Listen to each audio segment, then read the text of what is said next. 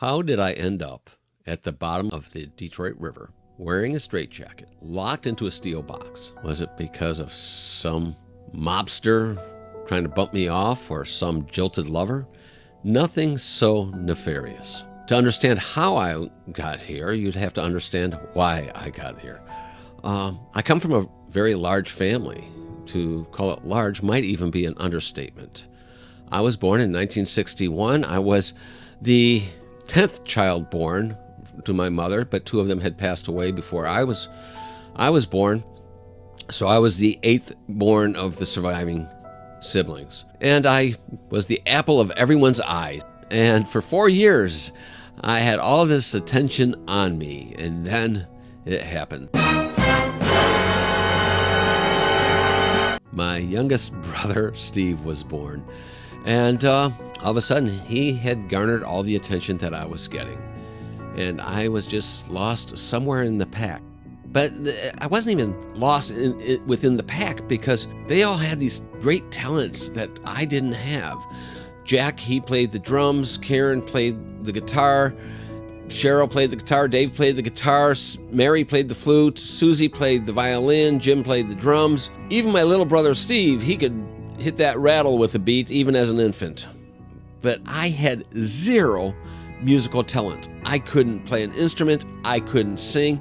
Fact is, the last time I sang in church, 250 people changed religion.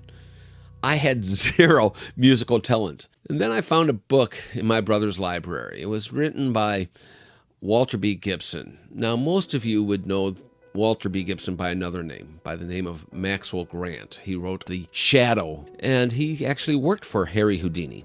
And he had written a number of books on Houdini, and I had found one that he had written on Houdini.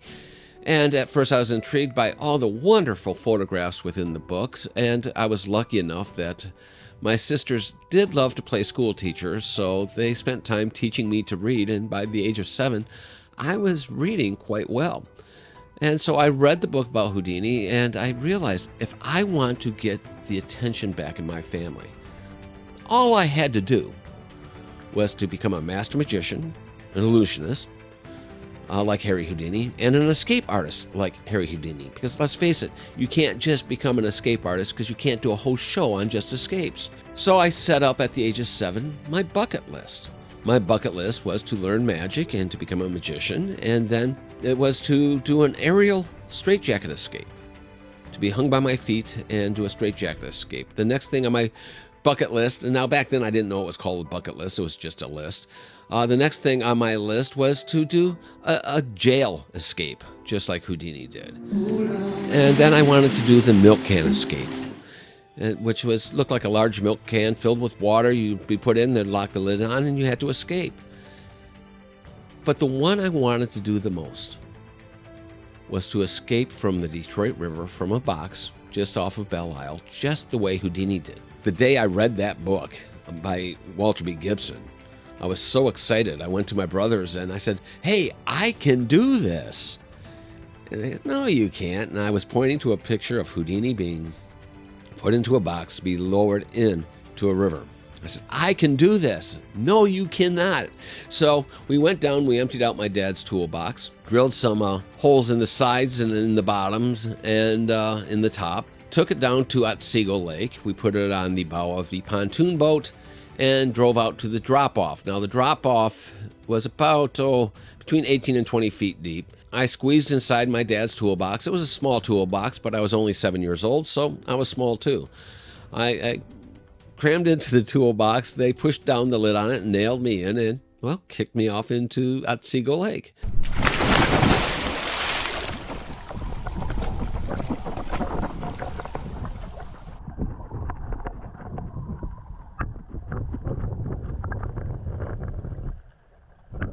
They were just getting ready to jump in after me to rescue me. They realized that they had just kicked their little brother in a box into the lake, and if something happened to me, that they would get the blame. But I popped up to their relief and their surprise, and that night we told the family, including my mom and dad, about the great adventure we had that day, and my mom was furious that Jim and Dave almost killed me. And I had to tell, "No, Mom, it was my idea." And Then she was mad at me too. My dad was mad also, but not for the same reason. We had just lost his favorite toolbox. But after that, there wasn't much I could do to really push my bucket list along. My mom and dad divorced a year or so later after that, and I ended up living with my dad in Windsor, Ontario is where we ended up. There I found some magic shops, some wonderful mentors, and I joined the Society of American Magicians. I joined the International Brotherhood of Magicians, and through that I got to meet more great, wonderful teachers in magic, such as Roy Kissel, Jay Marshall, Carol Fox, we know him as Milky the Clown.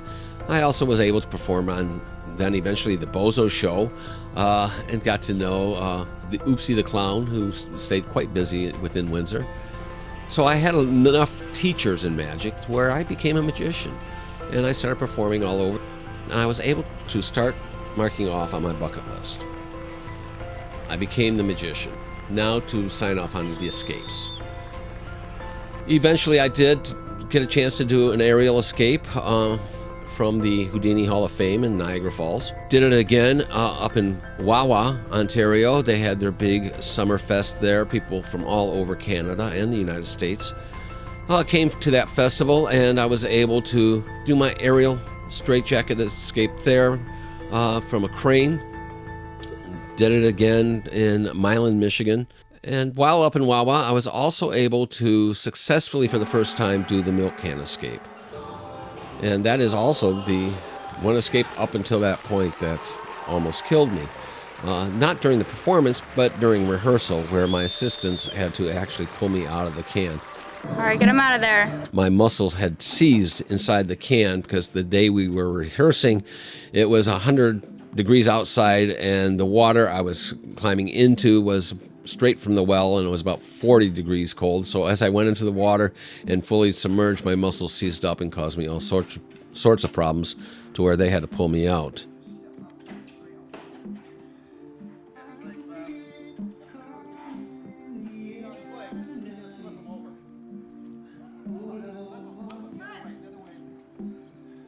Do I have to keep taping this? Before I even did the aerial straitjacket escape and before I did the milk can, I was able to check off the jail escape. I was able to do a jail escape in Monroe. When it comes to raising money for charity, some folks will go to great lengths. Take magician Clark Grand, for instance. He's trying to raise money for Mercy Memorial Hospice of Monroe. Clark, on his own will, was locked in the Monroe County Jail at noontime. Now, he promised he'd be out by 3 to help raise the money. And believe me, the charity is banking he'll escape. Carly Walker has the story. He's not charged with any crime. The only thing Clark Grand is guilty of, trying to do a good deed. Grand calls himself an illusionist. You could say 30 years ago, he read too many books about Harry Houdini. And today, he's testing those skills in one of the most secure, tightly knit places, a jail. Stay 2 feet in front of me and stay to the right. And there's no cheating. Grand is checked from head to toe. Everyone is wondering how he will get through numerous steel doors and past every camera that sits in every corner. Clark is put in cell 7. And we made sure the doors were good and locked. It's locked. At 3 o'clock, the crowd waited to see if their magician would slip from his cell. And to everyone's amazement, he did. Carly Walker, Toledo 11, the news channel. If Clark did not escape, he would have had to spend, as you probably guessed, the night in jail. Everything was done except the one I wanted to do the most, the Detroit River Belle Isle escape.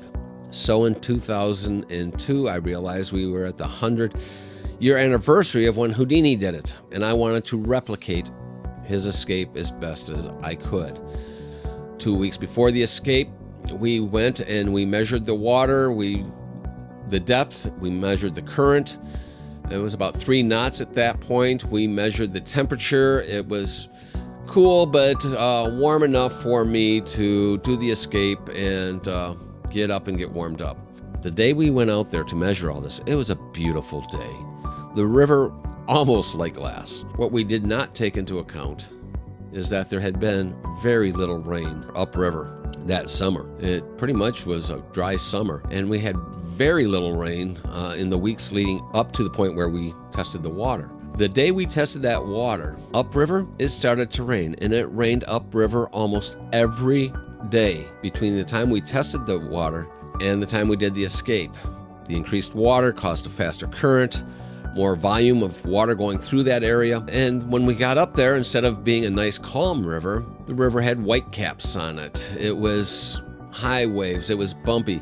Great day for fishing, terrible day to be locked in and dumped into the Detroit River. But we did it anyways, and I got into the box, they locked the box, and they lowered me into the river. Finally, the box hit bottom, and I knew something didn't feel right. And just as I was wondering what was going on, the current actually caused the box to tilt onto its side, putting the top of the box to the downriver side of the box.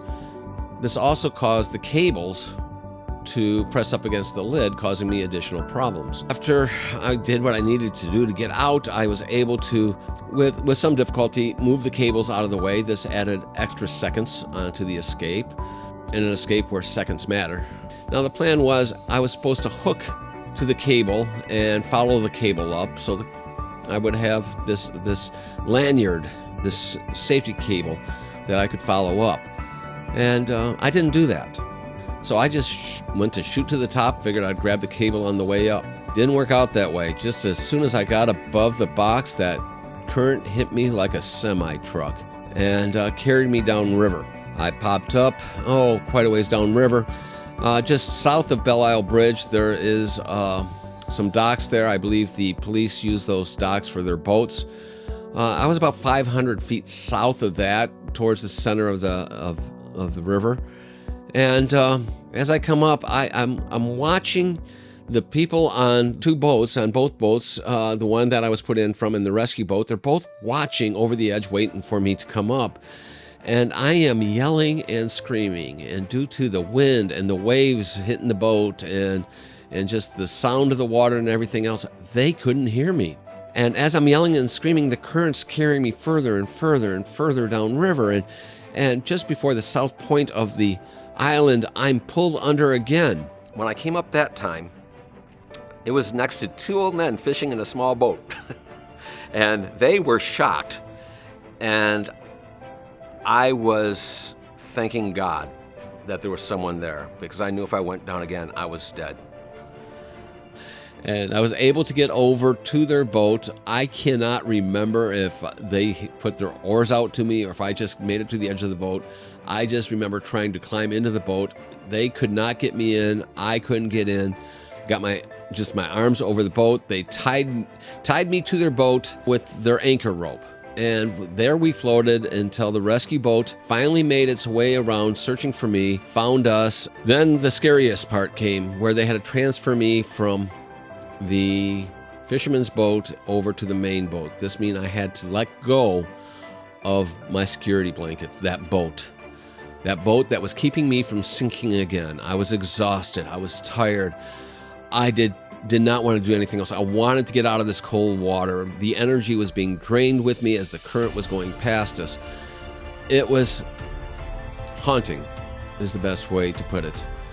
But eventually the divers were able to get me to release the boat, get me untied and over to the dive platform of the rescue boat, and got me up in the boat, got me wrapped up, got me on oxygen, and started warming me up. I was suffering from hypothermia. I have tremendous confidence in him. He is a hard worker who really loves and has an amazing passion for what he does, and he's always wanted to do it and really likes to bring it out to the people. The Detroit River escape, or any of my escapes, were never about impressing my peers. It was about my brothers and sisters, my siblings. Look what I've done. I may not have accomplished what you did in music, I may not have accomplished what you did in the military or whatever, but this is what I've accomplished. And that was my driving goal. A really stupid goal, by the way. Yes, I'm glad I was able to check that box on my bucket list, but part of me wishes that I never had that chance, that it was something I was still looking forward to. It is still something that haunts me to this day.